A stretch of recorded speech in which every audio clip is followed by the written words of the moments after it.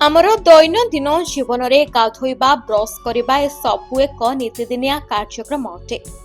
साधारणतः सकाळु उठिबा परे दांत घषबा प्रायतः लोकंक दैनंदिन अभ्यास।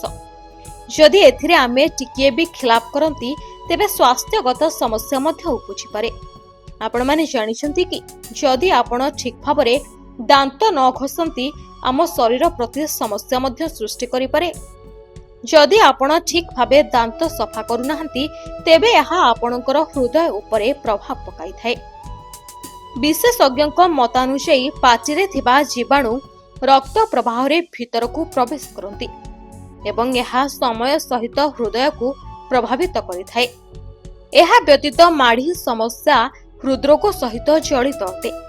जदि आपण ठीक भाबे दांत सफा न करंती तेबे एहा माढ़ी रोग सृष्टि करि पारे। एक रिपोर्ट अनुसायी जो माने नियमित भावरे दांत घसंती एवं दांत जांच करंती सेमानको हृदघात हेबार आशंका कम थाए। निदरु उठिबा परे सकाळे ब्रश करिबा साधारण कथा, किंतु रातिरे सोइबा पूर्वरु केही केही ब्रश करिबाकू भूली जांती किंबा किछि लोक राति समय रे ब्रश करंती नाही। किंतु आपण जानिले आश्चर्य हेबे राति समय रे ब्रश करिबा मध्य आम शरीर पाई अत्यंत गुरुत्वपूर्ण अटे।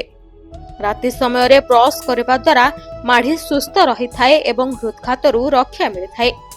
तेबे निजकू हृदघात परि समस्यारू रक्षा करबाकू चाहुथिले निज दांत को सफा रखंतु एवं दिन रे 2 टाइम ब्रश करंतु, जहा द्वारा कि हृदघात घटिबार आशंका कम रही थाए। रिपोर्ट रियो न्यूज।